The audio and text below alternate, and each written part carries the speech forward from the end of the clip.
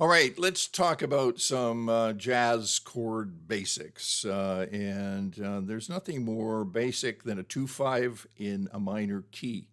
But I want to take it a little bit further than that and show you some couple of chord voicings that can be translated to use in a lot of different ways. Okay. So we're going to look at a D minor 7 flat 5. There it is. That chord, the D minor 7 flat 5, comes from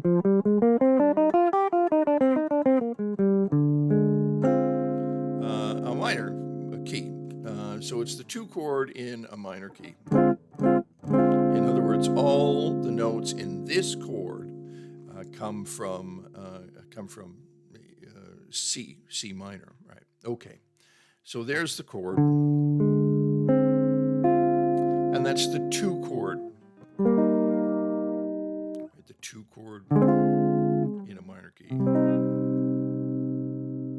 All right, now what we want to do is go to the 5 chord, or the 7 flat 9. And the reason that 9 is flatted is not because it's an alteration of the chord, it's because the notes of the chord are derived from the corresponding scale of C minor.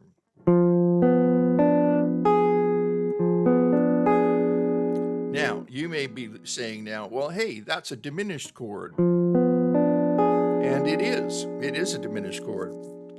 But it's a G7 flat 9 if I put this root in the bass. Right? Now it's a G7 flat 9. You can see it's a G7 here.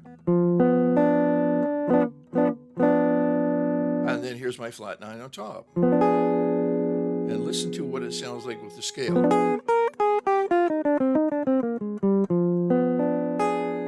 It sounds right? It just sounds diatonic. There's nothing weird about this chord. Okay, good. So now, what is sort of weird and cool is that these 2 chords have exactly the same finger shape. Isn't that neat? And now that 2-5 progression wants to resolve. And where that 2-5 progression resolves to is the 1 minor, right? The most common resolution is to the 1 minor. And that's because the 2 chord and the 5 chord, this minor 7 flat 5 in the G7 flat 9 with no root, right? The G7 flat 9, that all of the notes of those 2 chords come from the scale of C minor. So, we're obviously in the key of C minor. But what also very, very often happens is a tricky little resolution to the parallel major.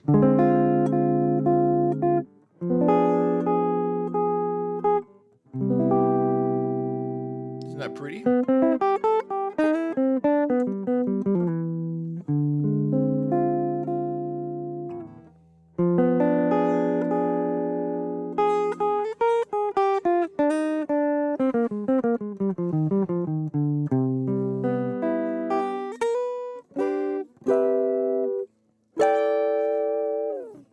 Okay.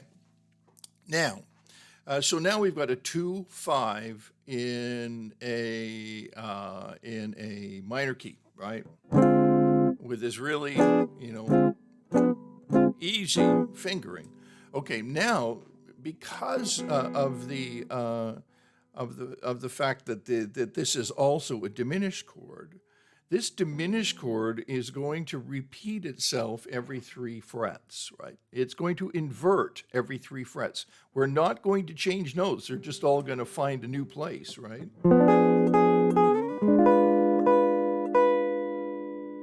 Okay, same chord, G7 with a flat 9. Right? And we can do that again. Right? Okay, good. So now we have our minor 7 flat 5.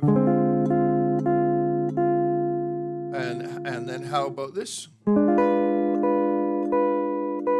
we're still using the same fingers, right? Now we have to resolve. We don't want to jump all the way down here. So why don't we use this 6/9 here? So you can hear there's a nice voice movement there, right? It sounds logical.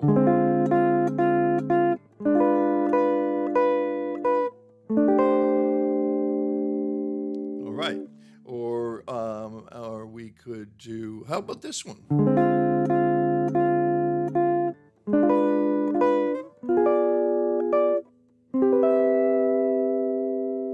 So here's that G7 with a flat 9 with no root.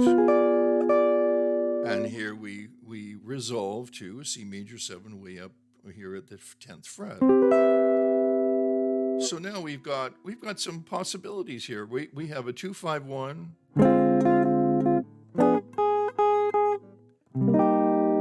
In a minor key. We have a 2-5-1 in a major key, right? We have a 2-5-1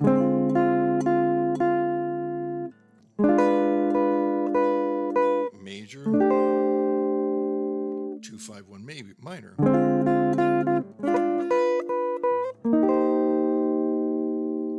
2-5 and so on, right? We can make that one a minor as well. Point being that oh yeah, here's another nice one too. Here, how about this?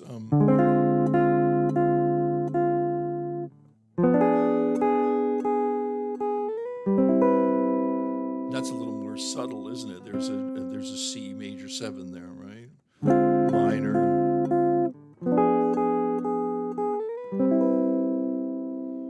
Yeah, that's nice. Okay. And because this is a G7 with a flat 9, I could also put this on the middle string set. Right? Same notes. I'm just moving them into the middle string set, right? Everything connects in threes with a diminished chord. So now I'm going to D minor 7 flat 5 with a G7 with a flat 9. Such a subtle difference. Isn't that pretty?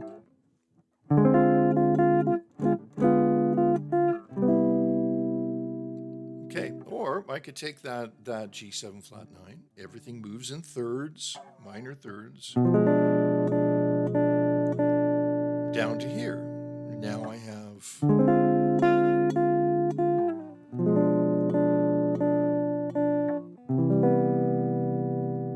that's pretty.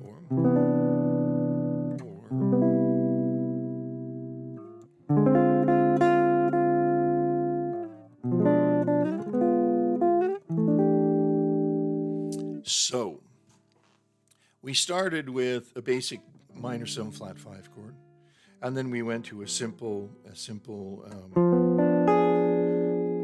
flat 9 that is also enharmonic with a diminished chord, right?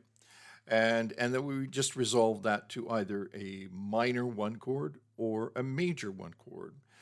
Now, because of this diminished chord moves in minor thirds,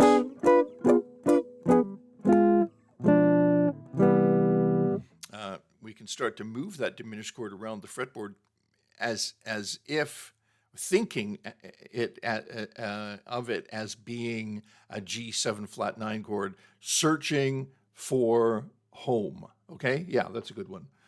So searching for home.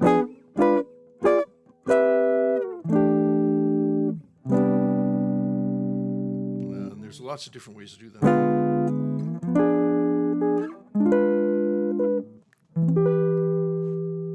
And all over the fretboard.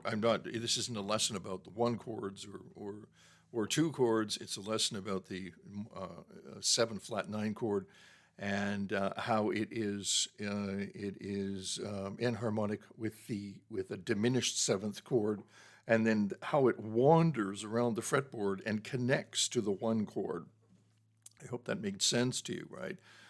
If you want to take this one step further, I have done, I think, a video, about this. But plugging a diminished arpeggio underneath that, right, is a good idea.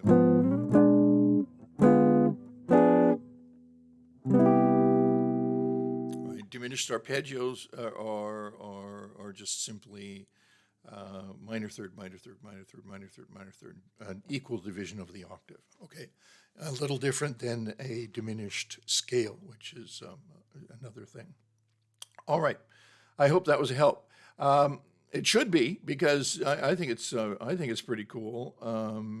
There's a lot of stuff that you can accomplish by just looking at the diminished chord as being, in effect a dominant seventh chord that has a flat nine alteration. So I'll leave it there, because we could go on and on and on. And if this was a help to you, click subscribe. That would be cool. And also, if you want to comment, please go ahead and comment and make it nice. And let us know what you would like. If you'd like me to take a different direction, or if you want more of this, it's really helpful for me to know. As I said in another video, I've been teaching for a really long time, and it's a very different thing being able to see student after student after student, see the student, pick up where they're at. Are you playing in a band, or are you 9 years old and you always wanted to play guitar, or are you an adult who quit everything and decided to play guitar for the rest of his life. You can read a lot from seeing the person and hearing them play.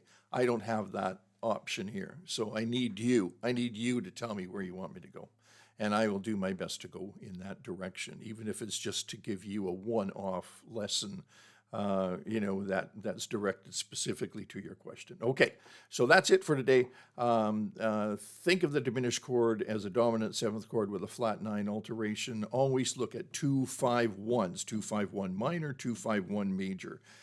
Take a look at the real book, for instance, and see how what I just told you will affects the chord progressions in the real book. You'll see those 7 flat 9s and minor 7 flat 5s all over the place, and you should recognize those as being 2 5s in a minor key. Okay, that's it for today. Thanks a lot for dropping by. See you soon.